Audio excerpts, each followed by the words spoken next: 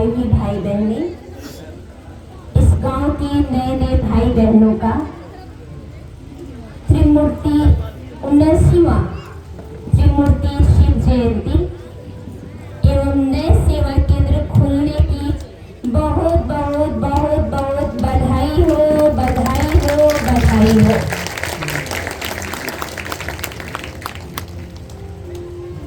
आज बड़े हर्ष और उमंग उत्साह की बात है कि स्वर्गीय पंचायत में एक नया सेवा केंद्र खोला गया है।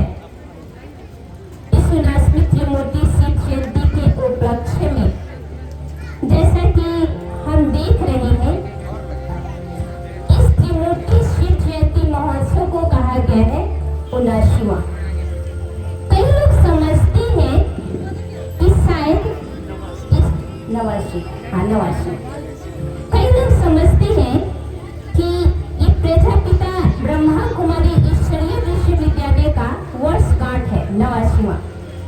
लेकिन मेरे भाइयों और बहनों, आज मैं आप सभी को एक विशेष खुशखबरी सुना दूं कि जिसे सारा संसार ढूंढ रहे हैं, खोज रहे हैं, पुकार रहे हैं, हे पतित पावन, हे दुखहर्ता सुख करता, आओ। मेरे भाइयों और बहनों, आज से 79 वर्ष पूर्व इस धराधाम पर अर्थात 1936 में परमात्मा पिता का अवतरण हो चुका है। जैसा कि हम देख रहे हैं, शिव जयंती कहते हैं कि परमात्मा शिव का जन्म हम लोगों की तरह नहीं होता है। वे जन्म मरण रहित है, पाप पुण्य रहित है, कर्म फल चक्र से न्यारे हैं। उनका अवतरण होता है अर्थात निराकार ज्योति स्वरूप बिंदु रूप सर्व धर्मात्माओं के पिता विश्व पिता, फोटो ले लिया ना। एक साधारण मानव का तन जिसे कि प्रजापिता कहते हैं, दादा लेखराज के नाम से उनको जानते हैं, उनके तन में 1936 में अवतरित हुए हैं। और इसलिए हम इस शिव जयंती को शिव अवतरण दिवस के रूप में मनाते हैं। शिव जयंती को एक और नाम देते हैं, कहा जाता है शिवरात्रि। कहते हैं शिवरात्रि के दिन जन्म जन्मांतर से युग युगांतर से हम सभी शिवरात्रि का कार्यक्रम करते हैं, अपनी मनोकामनाओं को सिद्ध करते हैं। हम देखते हैं हर मंदिर में सभी देवी देवताओं की पूजन के साथ साथ शिव बाबा की पूजा लोग अवश्य करते हैं।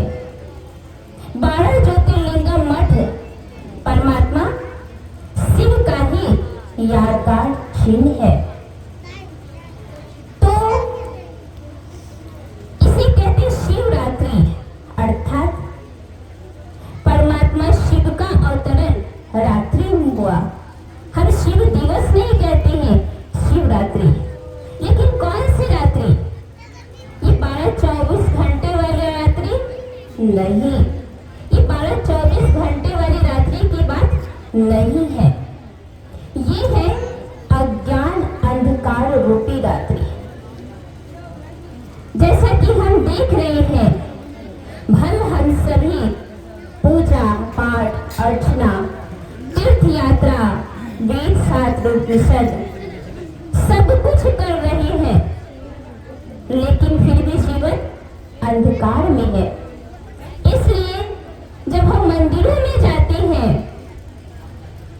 तो एक प्रार्थना गाते हैं, तमसो मां ज्योतिर्गम्य, हे भगवान हमें अज्ञान अंधकार से ज्ञान प्रकाश की ओर ले चलो। वो अज्ञान अंधकार क्या है, ज्ञान प्रकाश क्या है? मेरे भाइयों और बहनों, अब वो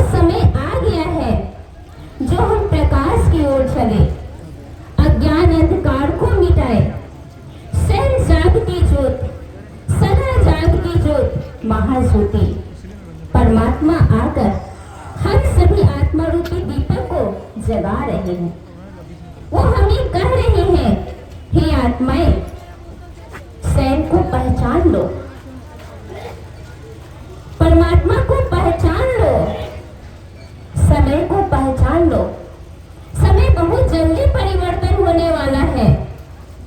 अगर अभी नहीं परिवर्तन किया तो फिर कभी भी परिवर्तन होने वाला नहीं है। इसलिए शिवरात्रि के दिन लोग क्या करते हैं? व्रत रखते हैं, जागरण करते हैं, शिव बाबा के ऊपर आग, धतूरा, बेलपत्र आदि चढ़ाते हैं। यह सभी जन्म जन्मांतर से करते आ रहे हैं, लेकिन फिर भी संसार में पापाचार, अत्याचार, भ्रष्टाचार, दुराचार बढ़ता जा रहा है। तो मेरे भाइयों और बहनों, कौन सा फूल चढ़ाए, कौन सा व्रत करे, कौन सा उपवास करे जो संसार से दुख दूर हो जाए, पापाचार खत्म हो जाए, यह धरा स्वर्ग बन जाए, हर नर नारायण हो, हर नारी लक्ष्मी हो, हर बालक श्री कृष्ण के समान हो, हर बालिका श्री राधे के समान हो। ये कैसे हो सकता है? तो स्वयं परमात्मा ने आकर हमें बताया है, हे आत्माएं, अपनी आँख को जानो। आज सारी कमजोरियों का जड़ है, आज सारे विकारों का जड़ है देह भान, स्वयं को भूल जाना। हम समझते हैं मैं फलाना पोस्ट पर हूँ, मैं फलाना व्यक्ति हूँ, मेरा ये पद पोजीशन है, लेकिन नहीं, ये सब हमारा टेम्पोररी परिचय है, इस शरीर का नाम है, इस शरीर का परिचय है, लेकिन मैं इस शरीर को चलाने वाली एक चैतन्य शक्ति, एक पॉइंट ऑफ लाइट, अति सूक्ष्म एक आत्मा है। और आत्मा का साधन शांति है, आत्मा का साधन पवित्रता है, आत्मा का साधन सुख है, प्रेम है, आनंद है। जब हम इस आत्मिक स्थिति में स्थित होंगे, तभी आत्मा के नेचर संस्कार का हमारा नेचर दिखाई पड़ेगा। आज देहभान में रहते हैं, छोटी छोटी बातों की फीलिंग होती है, छोटी छोटी बातों में अपसेट हो जाते हैं, एक दूसरे के साथ एक दूसरे की बातें हमें फील हो जाता है, हम दुखी हो जाते हैं, हम परेशान हो जाते हैं, संबंधों में कड़वाहट आ जाती है, रिलेशन में दरार पड़ता जा रहा है। लेकिन जब हम स्वस्वरूप में स्थित होंगे, तभी हमारे संबंधों में मधुरता आएगी, तभी हमारा घर मंदिर बनेगा, हमारे जीवन में परिवर्तन आएगा।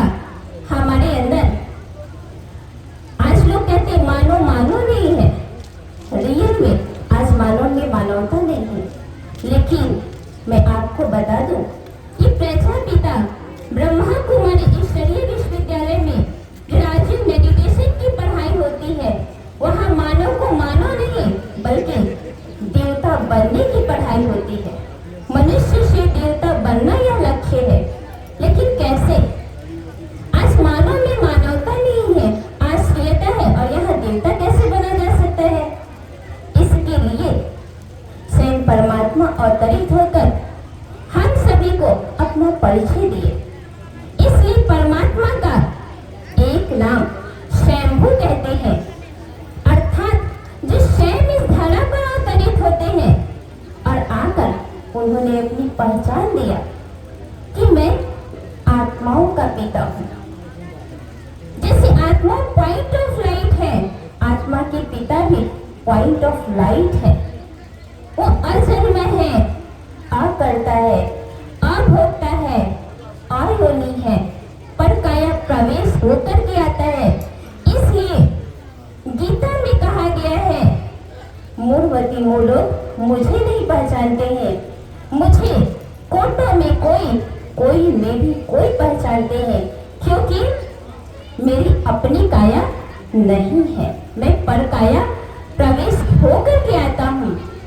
श्री परमात्मा ने स्वयं आकर अपनी पहचान दे। मैं सर्वधर्मात्माओं का पिता हूँ, इसलिए लोगों ने कहा है हिंदू, मुस्लिम, सिख, ईसाई आपस में है भाई भाई, लेकिन क्या कहने के लिए तो कह दिया भाईचारे की भावनाएं हैं। आज आप देखेंगे कि हिंदुओं में भी कितने ग्रंथ हैं, कितने देवी देवताएं हैं, कितने पार्ट बटा हुआ है। वो भाई भाई की भावनाएं आज आपसे लौकिक भाई में भी, लौकिक भाइयों की भी आपस में एक मत नहीं है।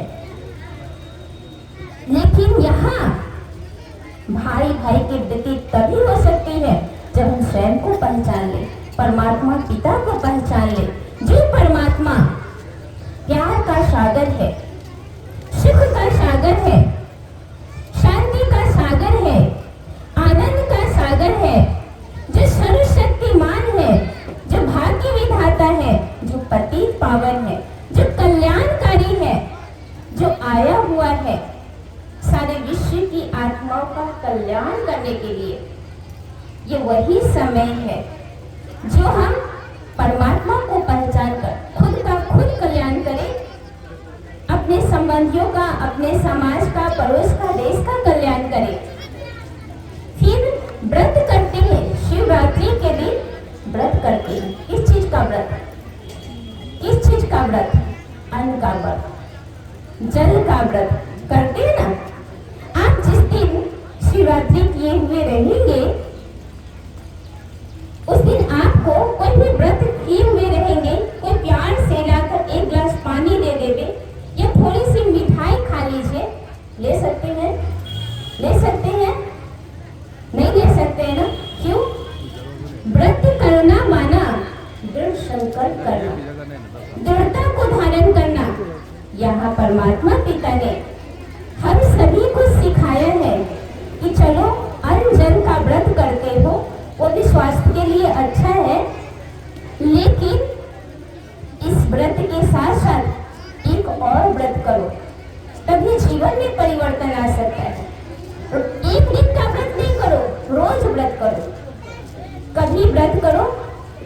कोई मुझे कुछ भी कहे, मुझे शांत रहना है, मुझे गुस्सा नहीं करना है, मुझे हर एक के साथ प्रेम से व्यवहार करना है। कोई कुछ भी करे, मुझे जोर से नहीं बोलना है, मुझे हर एक को सुख देना है। ऐसा व्रत करो। एक दिन के व्रत से, दूसरे दिन के व्रत से आपकी नेचर शांति और सुख का हो जाएगा।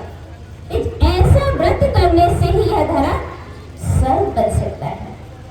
फिर क्या करते हैं शिवरात्रि के दिन? आपका धतूरा का फूल चढ़ाते। क्या कभी हमने सोचा कि अन्य देवी देवताओं के ऊपर बहुत अच्छे अच्छे सुगंध वाले फूल चढ़ाते हैं? गुलाब का फूल, चंपा का, चमेली का, जिसमें सुगंध होता है, लेकिन शिव बाबा पर आपका फूल चढ़ाते, धतूरा चढ़ाता, इसमें कांटे ही कांटे होते हैं। ऐसा क्यों? मेरे भाइयों और बहनों, धतूरा चढ़ाना, धतूरा में कहते चारों ओर कांटा होता है, जहां से छुएंगे ना कांटा ही छूटेगा। कांटा अर्थात हमारे अंदर जो विकार भरे पड़े हैं, जो खुद को भी दुखी करता है और दूसरों को भी दुख देता है। क्या सबको पसंद है कांटा? किसी को भी पसंद आता है? नहीं पसंद आता है। सभी चाहते हैं इस कांटों को छोड़ दे, सभी चाहते हैं हमसे किसी को दुख ना हो, हमसे किसी को, हमारा व्यवहार किसी से खराब ना हो, हर एक के साथ हमारा रिलेशन अच्छा रहे, हर एक को हम सुख दे सके, लेकिन चाहते भी नहीं कर पाते हैं। क्यों? कहीं ना कहीं हमारे अंदर वो कांटा है, वो विकार भरे पड़े हैं, जिसके कारण सुख नहीं पहुंचा पाते, जिसके कारण हम किसी को खुशी नहीं दे पा रहे हैं। ये कांटों रूपी जो धतूरा है, काम, क्रोध, लोभ, मोह, अहंकार, ईर्ष्या, द्वेष, घृणा, नफरत की भावनाएं एक दूसरे के प्रति, आप चाहेंगे इस कांटों को, इस धतूरा को शिव पर अर्पित कर दे? चाहेंगे ना सभी? चाहेंगे ना? ये वही समय है, परमात्मा शिव आ गया है हमसे इस विकारों रूपी कांटे लेने के लिए। चढ़ा डालिए, दे दे, अर्पित कर दे। अभी नहीं अर्पित किया तो फिर कभी भी नहीं हो सकता है, क्योंकि मैं आपको बता दूं, ये वर्ल्ड ड्रामा 5000 वर्ष का है, जिसमें ये जो समय चल रहा है कलयुग अंत और सतयुग आदि का बीच, जिसे कि संगम युग कहा गया है। इस युग में परमात्मा अवतरित होकर हम सभी से कांटों रूपी धतूरा मांग रहा है। दे दो मुझे। देने के लिए तैयार है? जरूर देने के लिए तैयार है, हाथ उठाइए। वाह, सभी अपने लिए ताली बजाइए। अगर आप सभी कांटों रूपी धतूरा परमात्मा को दे देंगे तो आपका घर स्वर्ग बन जाएगा, आपका घर मंदिर बन जाएगा, आपके घर में सुख शांति प्रेम की बरसात हो जाएगी, आपके घर में सभी दैवी गुण वाले देवता बन जाएंगे। कोई सोचते हैं हम बन जाएंगे तो हो जाएगा क्या? हो जाएगा क्या? हाँ, हो जाएगा। एक को ही बनने की जरूरत है। ये नहीं सोचे कि हमारे घर वाले बन जाएंगे तब घर स्वर्ग बनेगा। घर से एक व्यक्ति अगर इस राजयोग मेडिटेशन की प्रैक्टिस करे, अपने संस्कारों का परिवर्तन करे, आपका घर मंदिर बन जाएगा। जैसे कहीं बदबूदार वातावरण होता है, वहां हम एक अगरबत्ती जला देते हैं, वातावरण चेंज हो जाता है ना। एक अगरबत्ती के जलाने से ना, शांत जल में एक छोटा सा कंकड़ फेंक देते हैं, सारा जल अस्थिर हो जाता है ना। तो एक का ही प्रभाव है ना। तो हम सभी यहाँ जितने भी सुन रहे हैं, उनमें से मैं कहूँगी एक व्यक्ति इस राजयोग मेडिटेशन का अभ्यास करके देखे, ये ज्ञान आपके जीवन में जादू का काम करेगा। जादू का काम है ना, थोड़ी सा समय में आत्मशक्ति, परमात्मा शक्ति और राजयोग मेडिटेशन के थ्रू एक ऐसी शक्ति मिल जाएगी, एक ऐसी एनर्जी मिल जाएगी जो आपको फील होगा मैंने छोड़ा नहीं है, छूट गया है। कई लोग कहते हैं अरे ब्रह्मा कुमारी में जाते हो, वहां आपको जादू कर दिया जाएगा, वहां आपको ये छोड़ना पड़ेगा, ये छोड़ना पड़ेगा। नहीं, ज्ञान जादू का काम करता है। हमारे जब पॉजिटिव पावर आता है, नेगेटिव पावर छूट जाता है। शांति की शक्ति आती है, क्रोध की शक्ति खत्म हो जाता है। तो अच्छा है ना, क्रोध छूट जाए तो अच्छा है ना। तंबाकू,